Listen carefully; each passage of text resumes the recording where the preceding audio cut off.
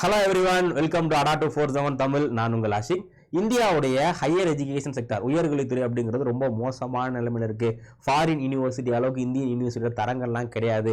Foreign university மாதிரி இந்தியாவில் அதிகமான ரிசர்ச்லாம் பண்றதில்லை அப்படிங்கிற மாதிரி இந்தியாவுடைய ஹையர் எஜுகேஷன் செக்டர்ல இஷ்யூ பத்தி நம்ம எல்லாருமே கேள்விப்பட்டிருப்போம். இப்போ இந்தியாவுடைய ஹையர் எஜுகேஷன் செக்டருடைய இஷ்யூ எல்லாம் சால்வ் பண்றதுக்காக நம்மளுடைய மத்திய அரசாங்கம் புதுசா ஒரு பில்லு கொண்டு வர போறாங்க. இந்த பில்லுக்கு நம்மளுடைய கேபினட் கமிட்டி ஒப்புதல் வழங்கிட்டாங்க. கரண்ட்ல போயிட்டு இருக்க பார்லிமெண்டோட வின்டர் செஷன்ல இந்த பில்லை பாஸ் பண்ண போறாங்க. ஒன்ஸ் இந்த பில்லு பாஸ் ஆயிருச்சு அப்படின்னா இந்தியன் ஹிஸ்டரியிலேயே பண்ணப்படுற ஒரு மிகப்பெரிய எஜுகேஷன் ரிஃபார்ம் இதாக தான் இருக்க போது. இந்த பில்லுல இந்த என்னென்ன ப்ரொவிஷன்ஸ்லாம் இருக்கு, இதனால என்னென்ன நன்மைகள், குறிப்பா நம்முடைய மாநிலத்துக்கு இதனால ஒரு சில தீமைகள் இருக்கு, அது என்னென்ன அப்படிங்கிறத இன்டெப்தா இந்த வீடியோவில் நம்ம பார்க்க போறோம். ஸோ நீங்க கரண்ட் அஃபேர்ஸ் பத்தி தெரிஞ்சுக்கணும்னு ஆசைப்பட்டீங்க அப்படின்னா இந்த வீடியோ உங்களுக்கு ரொம்ப ஹெல்ப்ஃபுல்லா இருக்கும். ஸோ வீடியோ ஃபர்ஸ்ட்ல இருந்து லாஸ்ட் வரை பாருங்க. இதே மாதிரி நிறைய கரண்ட் அஃபேர்ஸ் தெரிஞ்சுக்கிற நம்மளுடைய சேனலை சப்ஸ்கிரைப் பண்ணிருங்க. அப்பதான் நம்ம போடக்கூடிய வீடியோஸ் எல்லாமே உங்களுக்கு நோட்டிபிகேஷன் காட்டும். சோ இப்போ நம்மளுடைய மத்திய அரசாங்கம் என்ன பண்றாங்க அப்படின்னா ஒரு புதிய பில்ல கொண்டு வர்றாங்க. அதுக்கு கேபினட் கமிட்டி, நம்மளுடைய கேபினட் கமிட்டி அப்ரூவ் கொடுத்துட்டாங்க. என்ன பில் அப்படின்னா விக்ஷித் பாரத் சிக்ஷா அதிக்ஷன் பில், விக்ஷித் பாரத் சிக்ஷா அதிக்ஷன் பில் அப்படிங்கிற இந்த ஒரு பில்லுக்கு கேபினட் கமிட்டி அப்ரூவ் கொடுத்துட்டாங்க. ஸோ இந்த பில் எதுக்காக அப்படின்னா இந்தியாவுடைய higher education sector, higher education அப்படிங்கிறது காலேஜ் இருக்கு இல்லையா, அந்த காலேஜ் எஜுகேஷனை ரெகுலேட் பண்றதுக்காக ஒரு மிகப்பெரிய பில் கொண்டு வர போறாங்க. அந்த பில்லை பத்தி தான் நம்ம இன்னைக்கு A to Z பார்க்க போறோம். ஸோ ஹிந்தி தான் அந்த பேரு, விக்ஷித் பாரத் சிக்ஷா அதிக்ஷான் அப்படிங்கிற இந்த பில். ஸோ இப்போ ரீசெண்டா மத்திய அரசாங்கம் எந்த பில்லு கொண்டு வந்தாலும் அதுக்கு ஹிந்தி பேர் தான் வைக்கிறாங்க. இதனால மெயினா பாதிக்கப்படுறது நம்ம தமிழர்கள். ஏன்னா நமக்கு இந்த வார்த்தைகள் வாயில் நுழைய மாட்டேங்குது. விக்ஷித் பாரத் சிக்ஷா அதிக்ஷா அப்படிங்கிற இதுதான் இந்த பில்லோடைய பேரு. இப்போ இந்த பில்லு எதுக்காக கொண்டு வர்றாங்க அப்படின்னா இந்தியாவுடைய ஹையர் எஜுகேஷன், உயர்கல்வித்துறை, இதோடைய ரெகுலேஷன் அப்படிங்கிறது என்ன? இப்போ நான் ஒரு காலேஜ் ஓபன் பண்ணணும் ஆசைப்படுறேன், இல்ல நான் ஒரு யூனிவர்சிட்டி ஓபன் பண்ணணும்னு ஆசைப்படுறேன் அப்படின்னா இந்த யூனிவர்சிட்டிஸ் காலேஜஸ்க்கு எல்லாமே அப்ரூவ் பண்றதுக்கு, அதே மாதிரி அது ஒழுங்கா செயல்படுதா இல்லையா அப்படிங்கிறத செக் பண்றதுக்கு ஒரு சில ரெகுலேட்டரி பாடி இருக்கு. ஓகேங்களா? எஜுகேஷனுக்கான ஒரு சில ரெகுலேட்டரி பாடி இந்தியா இருக்கு. இப்போ எப்படி பேங்க் கரெக்டா போதா இல்லையா அப்படிங்கறத பாத்துக்கிறதுக்காக RBI இருக்காங்க. அதே மாதிரி ஸ்டாக் மார்க்கெட் ஒழுங்கா போகுதா இல்லையா அப்படிங்கறத பாத்துக்கிறதுக்காக செபி இருக்காங்க. இந்த மாதிரி ஒவ்வொரு விஷயத்துக்கும் ஒரு ரெகுலேட்டரி பாடி இருக்காங்க இல்லையா. அதே மாதிரி இந்தியால இப்போ எஜுகேஷன் செக்டர், உயர்கல்வித்துறையை பாத்துக்கிறதுக்காக மொத்தம் 3 ரெகுலேட்டரி பாடி இருக்காங்க. அதுல முதல் பாடி யாரு அப்படின்னு பாத்தீங்கன்னா UGC, 1956 1956ல யூனிவர்சிட்டி கிராண்ட் கமிஷன் அப்படிங்கிற இந்த ஒரு அமைப்பு கொண்டு வர்றாங்க. ஸோ இவங்க தான் என்ன பண்றாங்க அப்படின்னா இந்தியாவுடைய நான் டெக்னிக்கல் எஜுகேஷன், ஸோ நான் டெக்னிக்கல் அப்படிங்கிறது BSc B இந்த மாதிரியான டாபிக்லாம், இன்ஜினியரிங் இல்லாம மித்த இதெல்லாம் இருக்கு இல்லையா, அந்த ஆர்ட்ஸ் அண்ட் சயின்ஸ், ஸோ அந்த மாதிரி நான் டெக்னிக்கல் எஜுகேஷனை ரெகுலேட் பண்ணக்கூடிய அமைப்பு தான் யார் அப்படின்னா UGC அப்படிங்கிற இந்த அமைப்பு. இவங்க தான் என்ன பண்றாங்க, அந்த நான் டெக்னிக்கல் எஜுகேஷன்ஸ் நடத்தக்கூடிய கல்லூரிகள் என்ன மாதிரி ஸ்டாண்டர்ட் இருக்கணும், யார் யாருக்கு அப்ரூவ் கொடுக்கணும், யாரோட அப்ரூவ் கேன்சல் பண்ணணும் அப்படிங்கிற என்டையர் ரெகுலேஷன், சிலபஸ் எப்படி இருக்கும் அப்படிங்கிற எல்லாத்தையும் யார் தான் ரெகுலேட் பண்றா, இந்த UGC, யூனிவர்சிட்டி கிராண்ட் கமிஷன் அப்படிங்கிற இந்த அமைப்பு தான் ரெகுலேட் பண்றாங்க. இவங்க 1956ல செயல்படுறாங்க.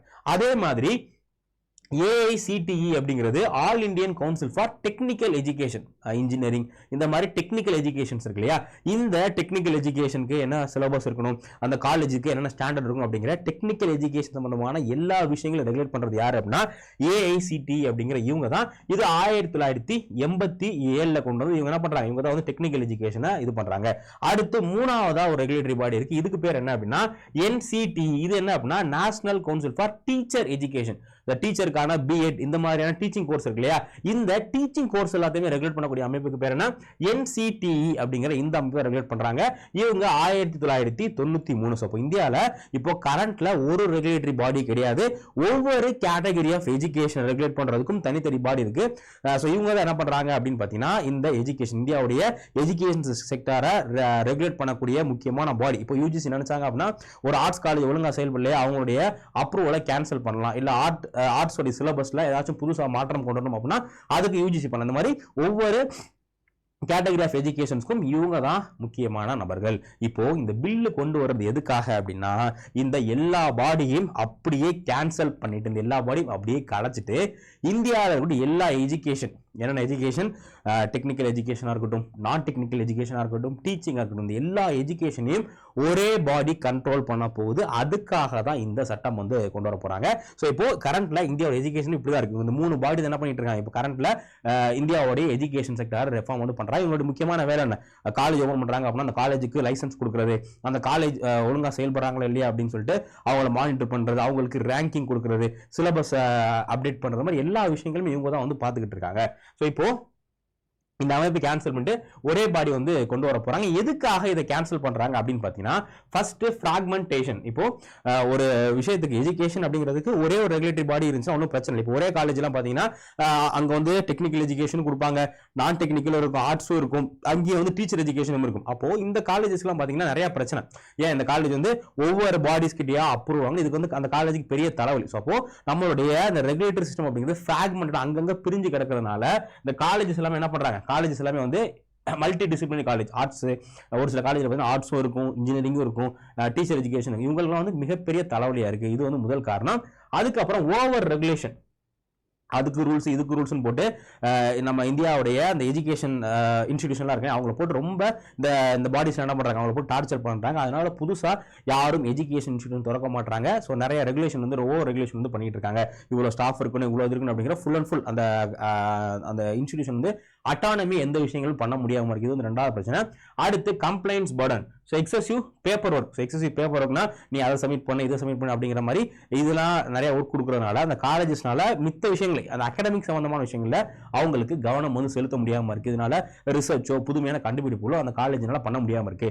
அடுத்து conflict of interest. UGC act as regulator, funder and standard setter. UGC அப்படிங்கிறது அது ஃபண்டிங்கும் அவங்க ஃபண்டிங் போற அவங்க கிட்ட இருக்கு. அதே மாதிரி என்ன ஸ்டாண்டர்ட் ஃபிக்ஸ் பண்றது அப்படிங்கிறது அவங்க கிட்ட இந்த மாதிரி ஒன்றுக்கும் மேற்பட்ட பவர் இருக்கிறதுனால கான்ஃபிளிக்ட் ஆஃப் இன்ட்ரெஸ்ட் வந்து ஏற்படுது. ஸோ இதனால என்ன பண்றாங்க அப்படின்னா, இந்த 3 பாடியையும் கிளச்சிட்டு இந்தியாவோட எஜுகேஷன் ரெகுலேட் பண்றதுக்கு ஒரே ஒரு பாடி கொண்டு வர போறாங்க. ஓகேவா? ஸோ இந்த இனிஷியேட்டிவ் பண்றதுக்கு முன்னாடி பாத்தீங்கன்னா நிறைய இந்தியாவோட எஜுகேஷன் ரெஃபார்ம் பண்றதுக்காக நிறைய விஷயங்கள் நடந்திருக்கு. அதுல 2007ஆம் ஆண்டு நேஷனல் நாலேஜ் கமிஷன் அப்படிங்கிற இந்த ஒரு கமிஷன் போறாங்க. 2007ல இந்தியாவுடைய உயர்கல்வித்துறை எப்படி வந்து ரிஃபார்ம் பண்ணலாம் அப்படிங்கிறதுக்காக நேஷனல் நாலேஜ் கமிஷன் அப்படிங்கிற இந்த ஒரு கமிஷன் 2007ல போறாங்க.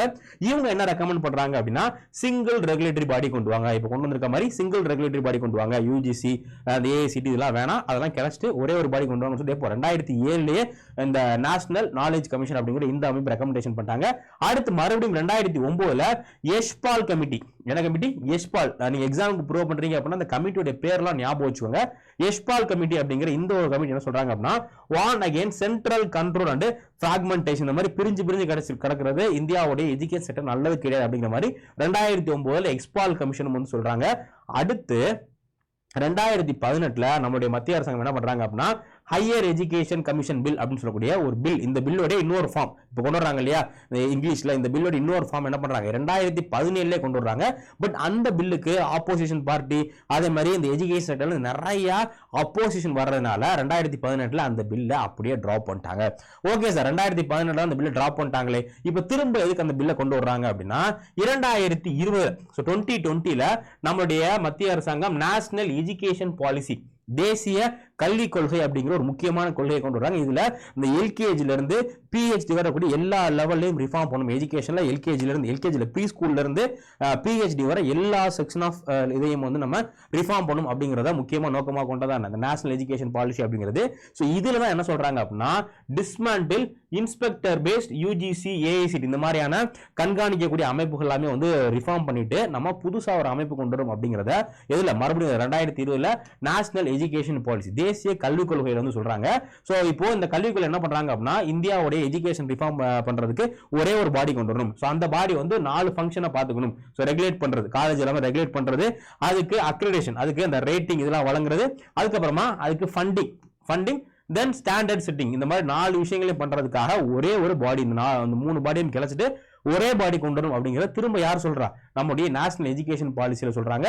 அதே மாதிரி enable larger university without regulatory head, பெரிய பெரிய யூனிவர்சிட்டி இருப்பாங்க இல்லையா, அந்த யூனிவர்சிட்டிலாம் எந்த வித ரெகுலேஷனும் தேவையில்லை, அவங்கள செல்ஃபா ரெகுலேட் பண்ணிக்கலாம் அப்படிங்கிற மாதிரி இந்த நேஷனல் எஜுகேஷன் பாலிசியில சொல்றாங்க.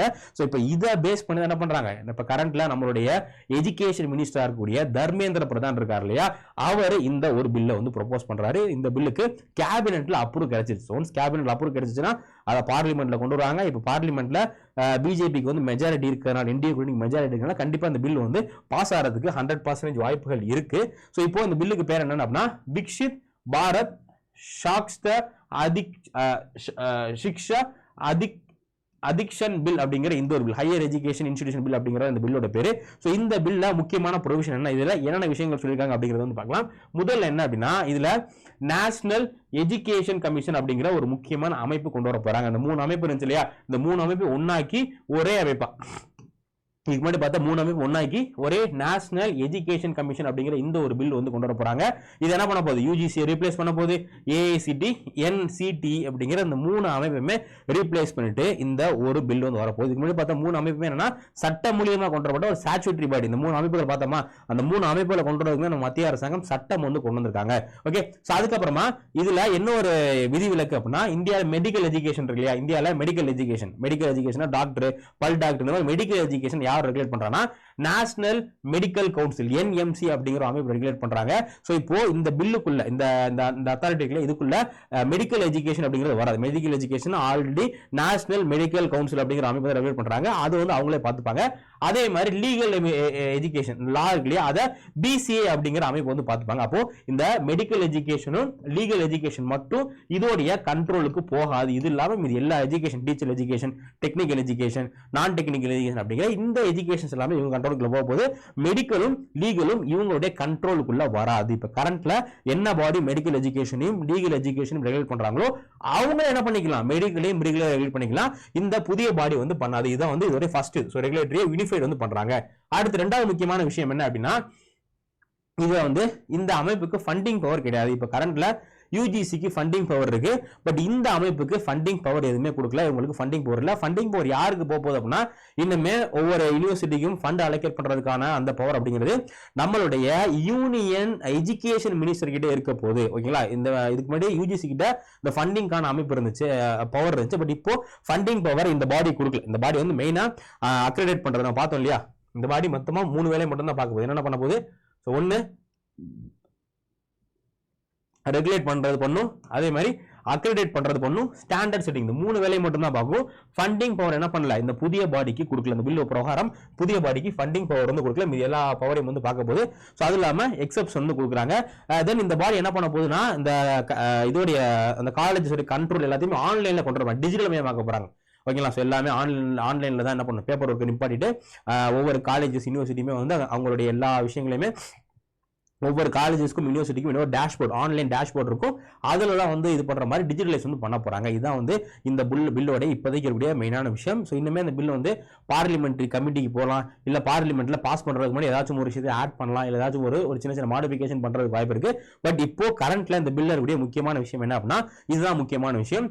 இப்போ இந்த பில்லு கொண்டு வர்றதுனால நமக்கு என்ன பெனிஃபிட், இந்தியாவுடைய எஜுகேஷன் செக்டாருக்கு என்னென்ன பெனிஃபிட் இருக்கு அப்படிங்கறத பார்த்துலாம். ஸோ முதல்ல கவர்மெண்ட்டுக்கு என்ன பெனிஃபிட், கவர்மெண்ட்டுக்கு இது ரெகுலேட் பண்றது என்ன பெனிஃபிட் அப்படின்னா, ஃபர்ஸ்ட் ஸ்ட்ரீம்லைன் ரெகுலேஷன். இனிமே தனித்தனி பாடி தேவையில்ல. அரசாங்கம் என்ன பண்ண முடியும், ஒரே ஒரு பாடியை வச்சு எஜுகேஷன் செக்டர் எல்லாத்தையுமே ரெகுலேட் பண்ணிக்கிறோம், தனித்தனியா பாடி வைக்க தேவையில்ல. அதே மாதிரி சிங்கிள் விண்டோ அப்ரூவல். ஸோ இப்போ புதுசாக வந்து ஒரு காலேஜ் ஓப்பன் பண்ணோம் அப்படின்னா, இதுக்கு முன்னாடி மல்டிபிள் ஸ்டேஜில் இப்போ ஒரு காலேஜ் வந்து 3 இதுவுமே கொண்டு வராங்க, டீச்சர் கொண்டு வராங்க, நான் டெக்னிக் கொண்டு வராங்க, டெக்னிக் கொண்டு வராங்க அப்படின்னா 3 பாடி கிட்ட போய் அப்ரூவ் வாங்கணும். பட் இப்போ அப்படி கிடையாது, ஒரே ஒரு ஆன்லைன் போர்ட்டலில் மட்டும் அவங்க அப்ரூவல் வாங்கிட்டாங்கன்னா போதும், அவங்க என்னென்ன டிகிரி வேணாலும் வந்து வச்சு நடத்திக்கலாம். ஸோ அது இது.